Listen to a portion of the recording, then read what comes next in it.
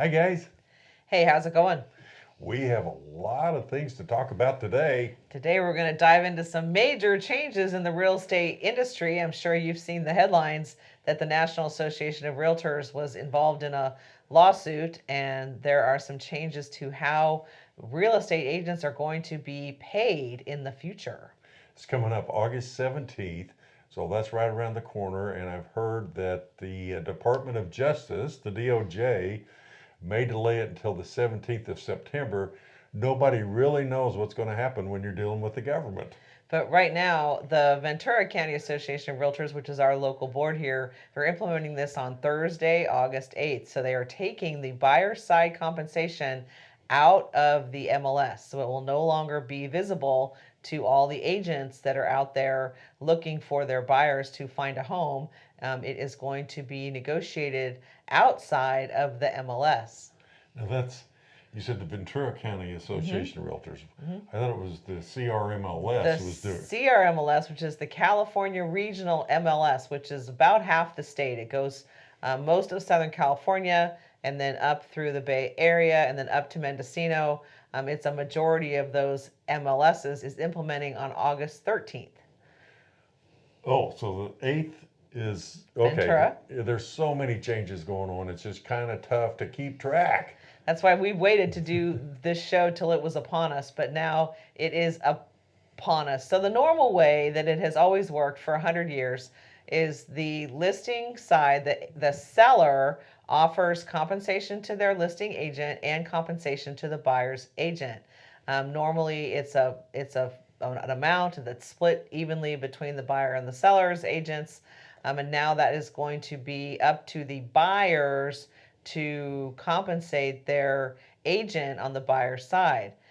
Is what the whole kind of gist of this lawsuit was about: transparency. Commissions, of course, have always been negotiable; they always have been. But the argument was that they weren't transparent about it. So that is what this whole objective of this is. Right. So what the lawsuit was about decoupling the commissions, that the buyer side should be separate than the seller side. And like Lisa was saying, it's always worked in the past that the seller was more than happy to compensate the buyer side because they brought the buyer to the transaction. The seller paid the buyer side and the seller side, but the seller didn't pay anything unless the buyer bought, and the buyer usually finances all that into their loan. Right. So that is where the changes are coming now. What we see, more than almost 100% of houses that are sold in the United States have a buyer's agent representing them. Because if you have bought or sold a house anytime recently, you see how it has gotten more and more complicated. And the forms alone, I think the listing agreement now is 16 pages, just the agreement, and then add disclosures to that. And the buyer side, the offer is even more. It's probably 50 pages if you 50, add it up it's 57 pages with the addendum. all of the information. So there's a lot going on there. There's a lot of information, a lot of implications, a lot of hopefully lawsuit avoidance in how to fill out those forms properly, which is, of course, what we do every day. So, how we see it and how everyone that we've talked to and all the trainings we've been to, we still see the seller's side, the listing agent seller side, paying the buyer's side compensation. Because if you think about that, if I'm a seller and I want to sell my home for top dollar, I want the buyers who have agents to come and look at my home.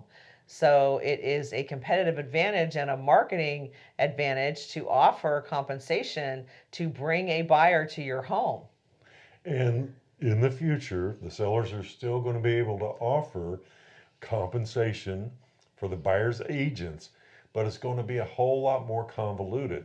They don't want any of that information out to the public, which doesn't make really any sense at all, especially if you're talking about more transparency. The seller's willing to offer compensation to the buyer's agent, and then all of a sudden you can't disclose or can't talk about what that compensation is going to be to the buyer's agent. Talk about leaving someone in the dark. That's leaving the buyer's agent and the buyers in the dark. And this is their new system. So if you have ever signed a listing agreement and sold a property, then you have a little better idea of how this is going to work. So basically, now to be a buyer, to look at any property, to even look at a property, you have to have a signed buyer broker agreement with your buyer's agent. So that determines what the scope of service is, what the fees are that you're going to pay your buyer's agent to represent you, et cetera, et cetera. So all of those things are laid out in that form. But for us, it means that we can't even run down the street and show you a property without this form signed. So buyer beware, you need to be sure that you know who you're working with and you are working with experienced agents like us who have extensive market knowledge, extensive experience, and can help walk you through the buyer's process from beginning to end. Includes, all of the steps, all of the paperwork, escrow, hand holding, counseling, mediation, all the things that we end up doing through the course of an escrow, especially if you're a first time home buyer. So as a buyer, there's going to be a lot more paperwork for you to sign, and it's going to come a lot sooner. If there's one caveat in this, always know what you're signing, because you don't want to just trust somebody. You walk into an open house and they say, hey, I need you to sign this before I can show you the house. And they're correct in saying that, but there's a lot of different forms you can sign to see the house. So some of them can carry up to 90 days representation. Some of them are just a single view one time. Hey, I'm going to sign it. I'm going to come in. I'm going to look around. I'm going to see if I like it or not and leave. And then that paperwork's done. And there's some in between. So as a buyer, it is just so critical. You know what you're signing these days. Yes. So it's just going to be a huge change in how we do our daily transactions. But it is, if especially if you've never done it before, you don't know the difference. But it is going to be, hopefully, it's going to probably be a little bumpy here at the beginning when everyone's trying to learn a new way. But it should smooth itself out, especially once everyone has agreed that this is going to be the new way. The forms have changed so much in the last 60 days as they've been trying to implement the changes, and we fully expect our forms and the situations to change more as this starts to roll out and people actually start to do transactions with the new forms. You have new forms.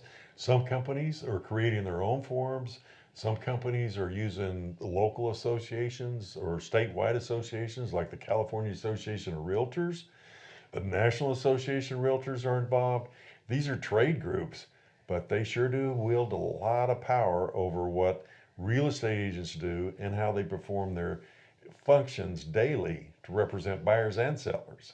So now the example I have here to try and make this as clear as mud is if you're buying a home for $500,000, the listing side, the seller has traditionally offered an amount of compensation to the listing side and the buyer side that is split. So then that is rolled into for the buyer side when they have all their closing costs, when they bring their down payment and their closing costs, escrow, title, recording fees, their impounds for property taxes, all those things that get paid by the buyer at the closing. The change will be if the buyer needs to also bring the buyer side commission to pay their agent for their services. So part of this that we are confused about, and the state of Colorado is suing about, is that if you have certain classes of buyers that can't afford to pay a buyer's agent and don't have the money to do that, what are you going to do? They're just out of the market if they can't afford to buy a home and they can't afford to pay their representation.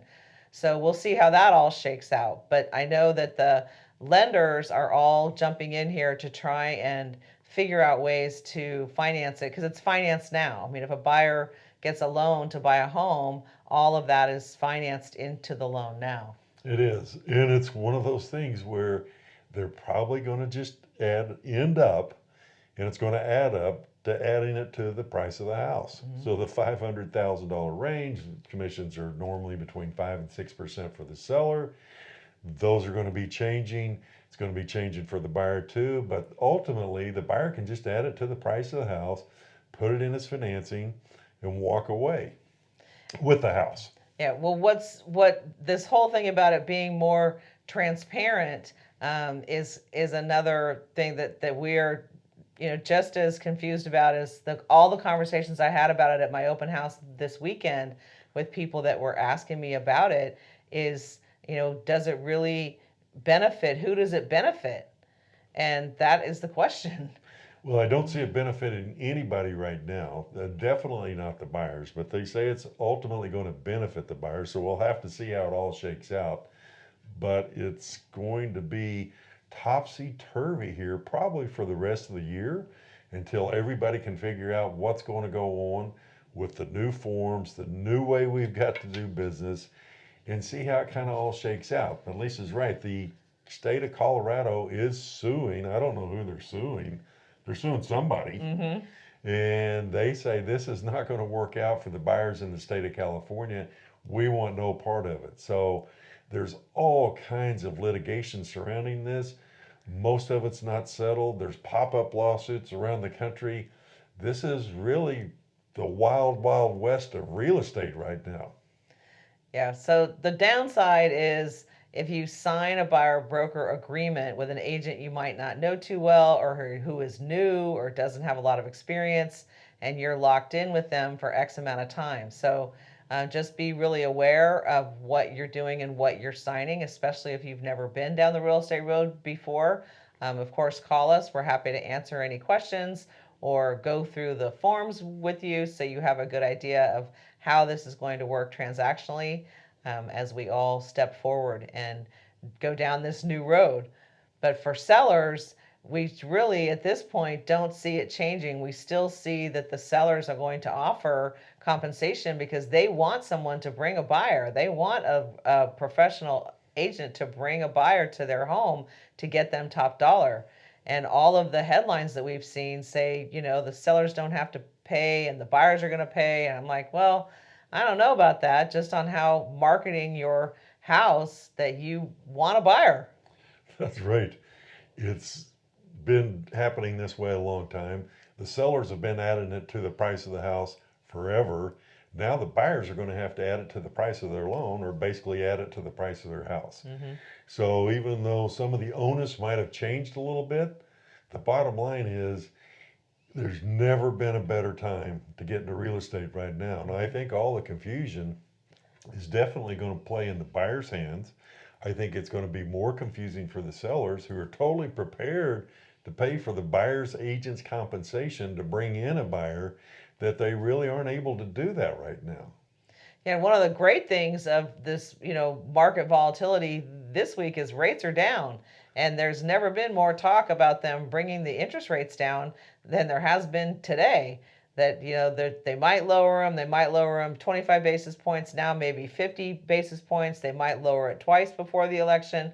I mean, it seems like there's a strong wind blowing to bring interest rates down. So they are under 6.5 today, and some I've seen lower than that. It just depends if you're conventional or jumbo loan. But the winds of interest rates are finally coming down, and we're seeing it in the actual market. Yeah, the economist that we follow, Stephen Thomas, he said that if the rates were below 6.5%, which the numbers I looked at earlier were 6 3/8, that there'd be an avalanche of new buyers coming into the market. Well, today's the first day of 6 3/8, so we'll see if he's right or not. Yeah, we'll see about that. So, they always price these mortgage reductions in ahead of time. The market always prices things in as they hear about them. So we'll see what happens here. It's going to be a volatile road here as we have a whole new way that we're going to be doing real estate transactions, and we have an election year, and there is just a lot going on in the headlines. But we wanted to make sure that we did a show about this because I have had a lot of questions, especially this Sunday at my open house about it. So we wanted to do a show as soon as the road got a little narrower on what was actually going to happen. But now it is rolling out Thursday in our Ventura local MLS. The buyer side compensation will no longer be in the MLS. It'll be a separate negotiation when you're going into buying or selling a home. Ready or not, here we come. Yep. GaryandLisa.com. Your real estate edge.